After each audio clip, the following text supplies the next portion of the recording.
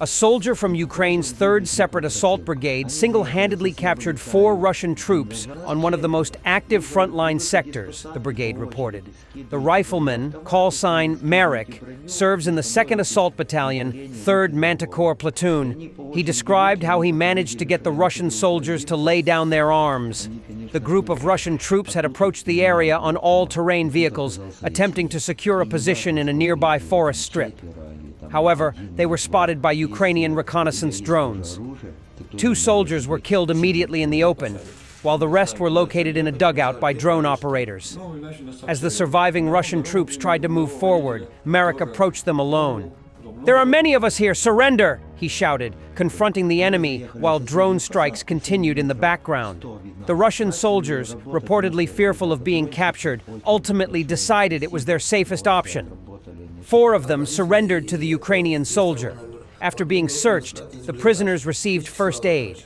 Despite fears shaped by Russian propaganda, the captured troops were not mistreated. The operation highlighted coordination between ground forces and drone units, a key aspect of Ukraine's current battlefield tactics. Similar incidents have occurred in recent months. In one case, 2 paratroopers from Ukraine's 79th Separate Air Assault Brigade captured 14 Russian soldiers from the 91st Regiment during an assault. The Russians initially believed they had come under fire from their own side.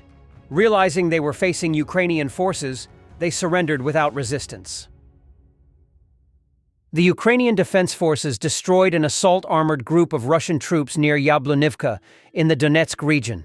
This was reported by the 36th Marine Brigade, which together with other units of the armed forces of Ukraine took part in the battle.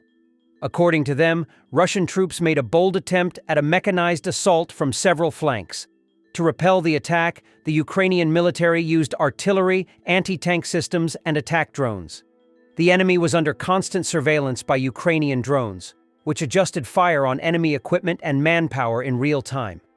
As a result of the battle, the Russians suffered significant losses. More than 10 armored vehicles, 6 motorized vehicles, and dozens of infantrymen were destroyed.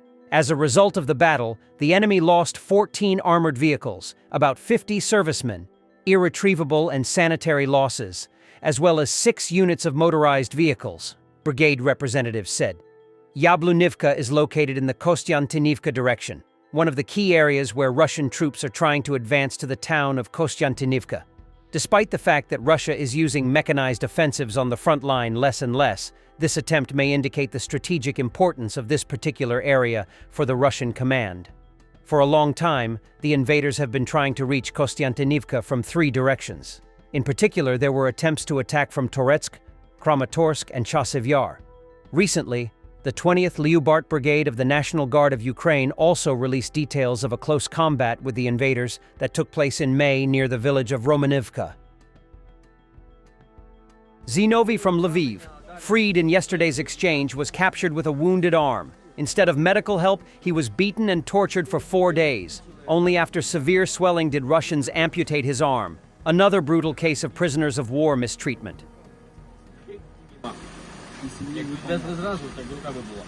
Ukraine's Unmanned Systems Forces announced on June 20th the establishment of a new command group that will unite the branch with other top drone units in the country's military. Drones have become one of the defining tools of the full-scale war, used extensively by both Ukraine and Russia for surveillance, long-range strikes, and tactical battlefield firepower. The new formation will unite all military units of the USF with the drone line, a project launched by President Volodymyr Zelensky in February this year to coordinate and expand 5 of the country's strongest drone units. The new command umbrella was created to improve the efficiency of management, transform the forces, and adapt to the requirements of modern warfare, according to the statement. The units will operate within a single chain of command, with a defined structure and a common vision of unmanned aerial vehicle tactics in order to harmonize approaches, establish joint work, and use unmanned systems more effectively in combat, the USF said.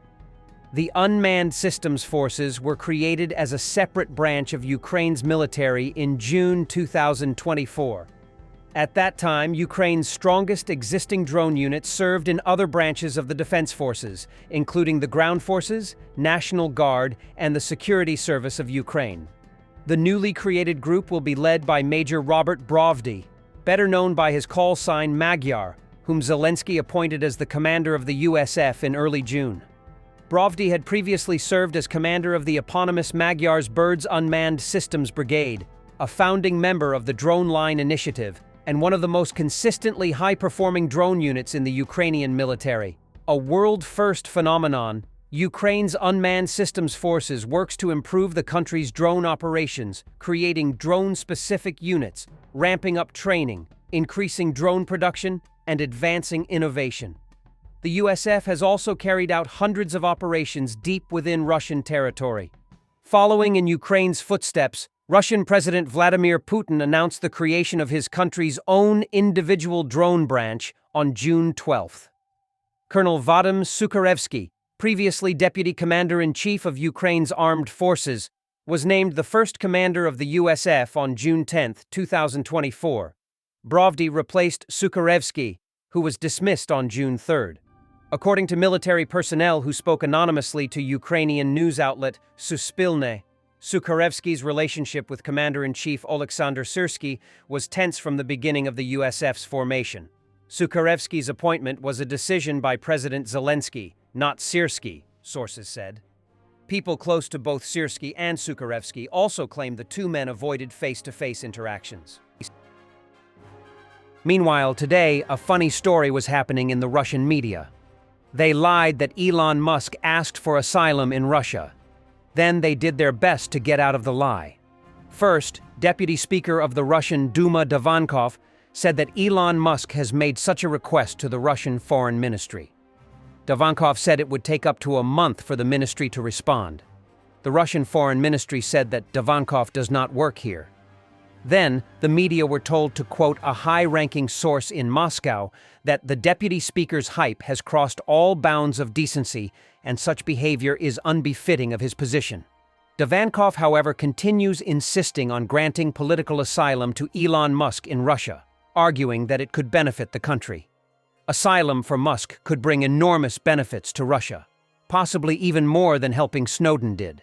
That's why I hope the Foreign Ministry takes my proposal seriously.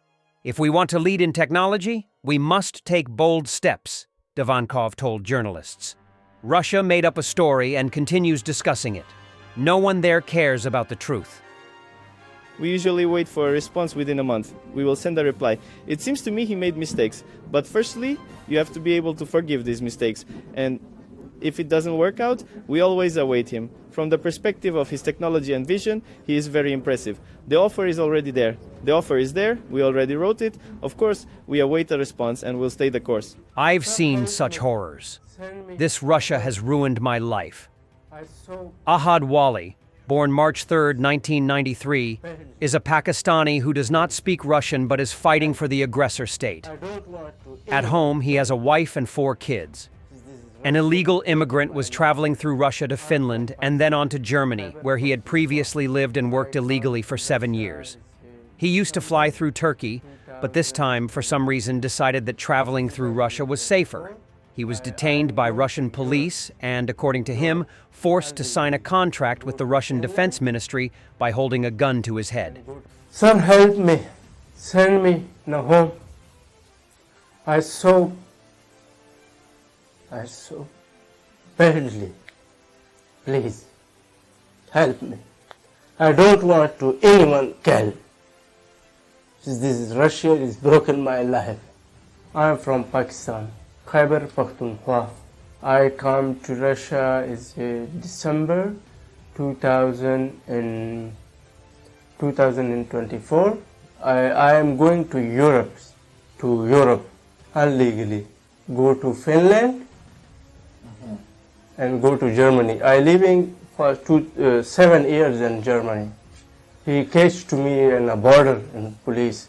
Gave me passport. I have no passports. Was going to one in jail, and after I will send to another jail. I was talking, where are you and where I am going. He said to me, with paper, bring me paper. He gave his signature. I say his deport paper only had I can signature, finish and go. And after he can go one home to another home, and I will come to in Ukraine. I will a lot of fight. He girl point he bring to me here.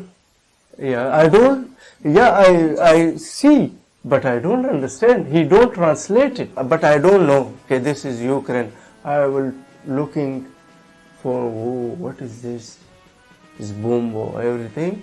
He gave me gun, but no bullets. A lot of time for me. I will fight to Russian commander.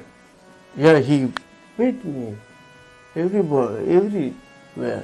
When don't go, I will kill you. I say, where I am going, why I am here. When last home I will change, is a lot of problem.